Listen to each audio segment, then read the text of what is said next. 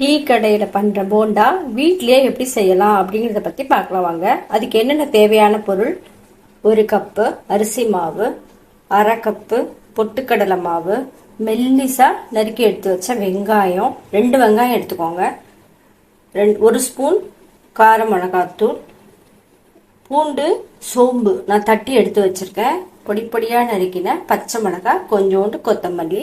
இதுதாங்க தேவையான பொருள். வாங்க இது எப்படி பண்ணுறதுன்ட்டு பார்க்கலாம். இந்த மாதிரி ஒரு பவுல் எடுத்துக்கோங்க. இந்த பவுலில் ஒரு ஸ்பூன் நெய் விட்டுக்கோங்க,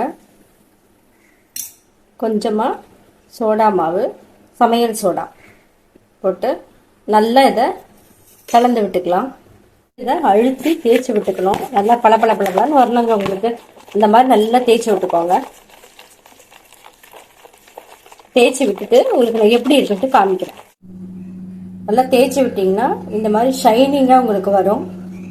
இதுதான் பதம். இப்போ நம்ம எடுத்து வச்சுக்கிறதெல்லாம் போட்டு கலந்துக்கலாம். வெங்காயம் நம்ம மெல்லிசா 2 வெங்காயம் நறுக்கி வச்சிருக்கோம், அது போட்டுக்கலாம். பொடியா நறுக்கின பச்சை மிளகாய், பூண்டு, சோம்பு தட்டி எடுத்து வச்சிருக்கோம், அதையும் போட்டுக்கலாம்.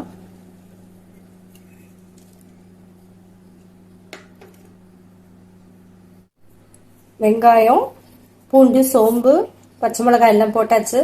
அதுக்கு தேவையான அளவு உப்பு போட்டுக்கலாம், தேவையான அளவு மிளகாத்தூள்,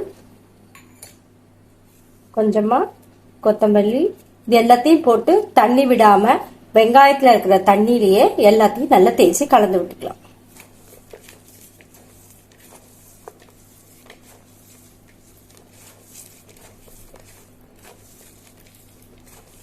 நல்லா தேய்ச்சி கலந்து விட்டு எடுத்து வச்சிருக்கிற அரிசி மாவு, உடச்ச கடலை மாவு, அதையும் போட்டு நல்லா கலந்து எடுத்து வச்சுக்கலாம். இந்த மாதிரி நல்லா கலந்து எடுத்து வச்சுக்கோங்க. இது நல்லா கலந்தாச்சு. உடச்ச கடலை மாவு, அரிசி மாவு எல்லாத்தையும் சேர்த்து மிக்ஸ் பண்ணிக்கலாம். அதுலேயே தண்ணி இருக்கும், உங்களுக்கு தேவைன்னா கொஞ்சமா தண்ணி ஊற்றி பிடிக்கிற பதத்துக்கு ஊற்றிக்கோங்க. தண்ணி கொஞ்சம் தேவைப்படுது, ஊற்றிக்கலாம்.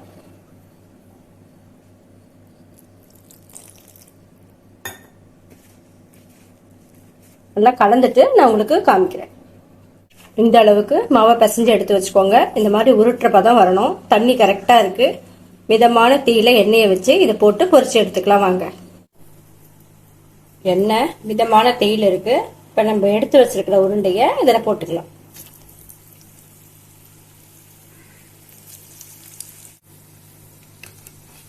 திருப்பி விட்டுக்கலாம். நல்ல கோல்டன் ப்ரௌன் கலர் வந்து விட்டு எடுத்துடலாம். உள்ளெல்லாம் நல்லா வேகணும் இல்லையா? பாருங்க, நல்லா வெந்துருச்சு. நல்ல அழகான கலர் வந்துருச்சு. இப்போ நம்ம எடுத்துடலாம். டீ கடை போண்டா பண்ணியாச்சு. நல்லா சாஃப்டா வந்திருக்கு பாருங்க. இங்க பாருங்க, உடைச்சு ஒரே கையிலேயே உடைச்சாலே நல்லா சாஃப்டா வந்திருக்கு. உள்ள நல்லா வெந்திருக்கு. ரொம்ப ஈஸி பண்றது. நீங்களும் இதே மாதிரியே செஞ்சு பாருங்க.